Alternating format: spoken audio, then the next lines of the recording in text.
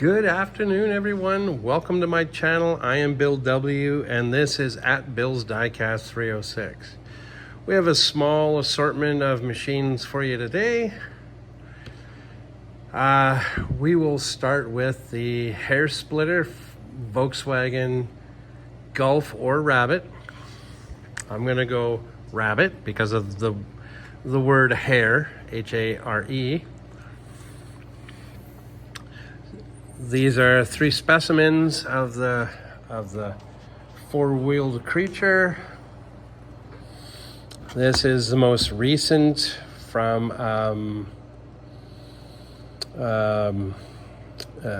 premium from a few years ago.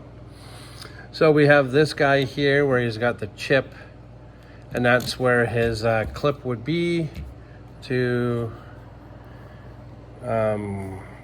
keep the hood down.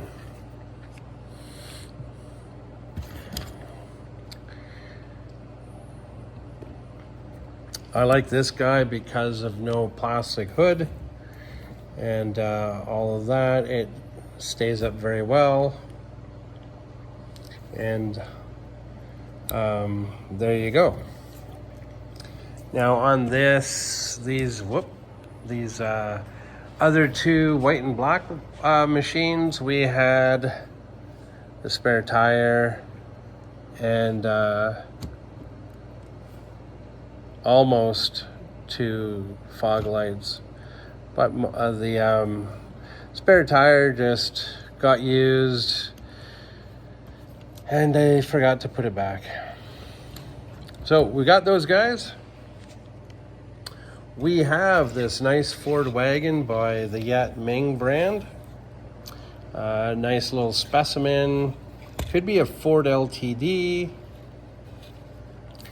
I don't know. It could be the Talladega style. If you look at the, see if I can do this. It almost looks like the Mercury Cyclone front end, headlights, all of that. Just could be a very, very early edition Ford LTD.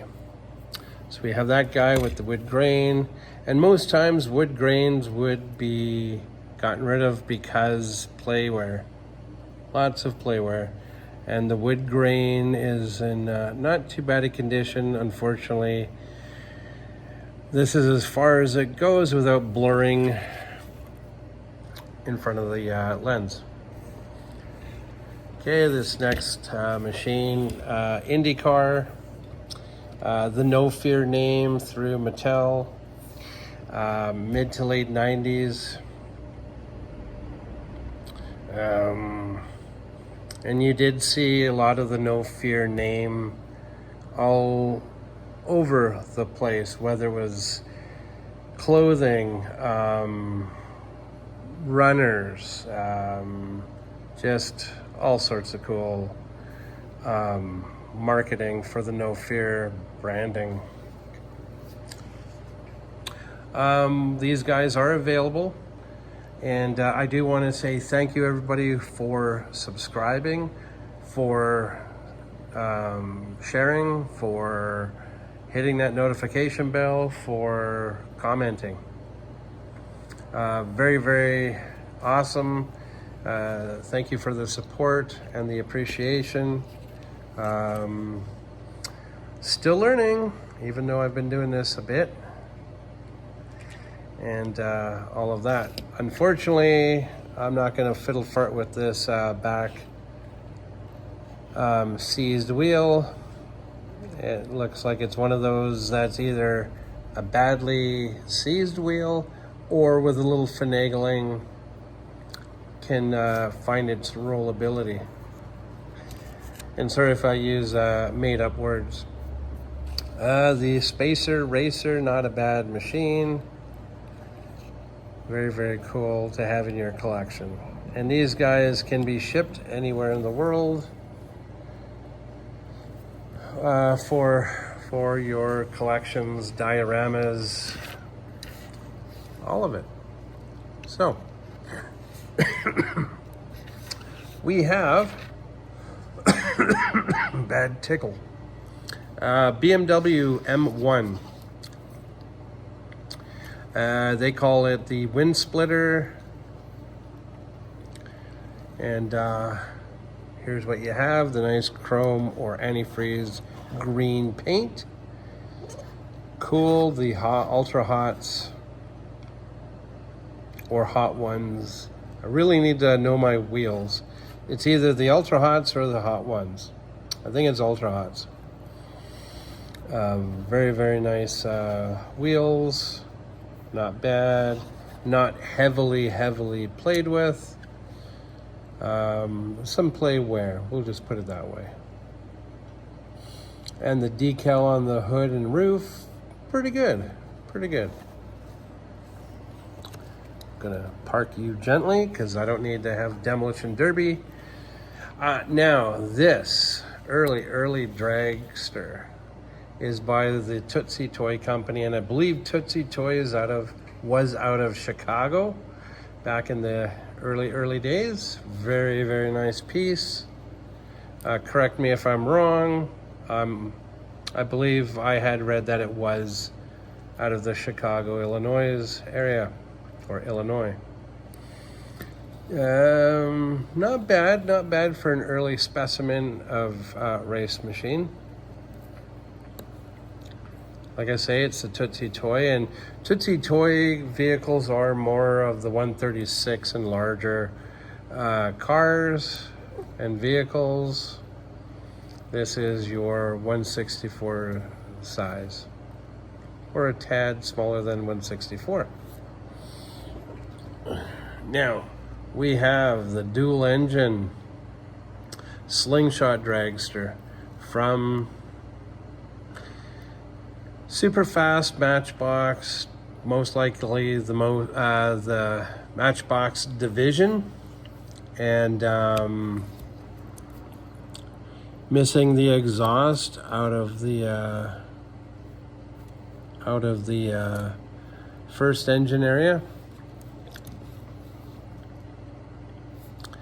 and it is by Lesney, but I think this was at the time where more and more of the Lesney name was going to be disappearing and would be solely Matchbox, or Lesney would become a division of Matchbox, vice versa than in the beginnings.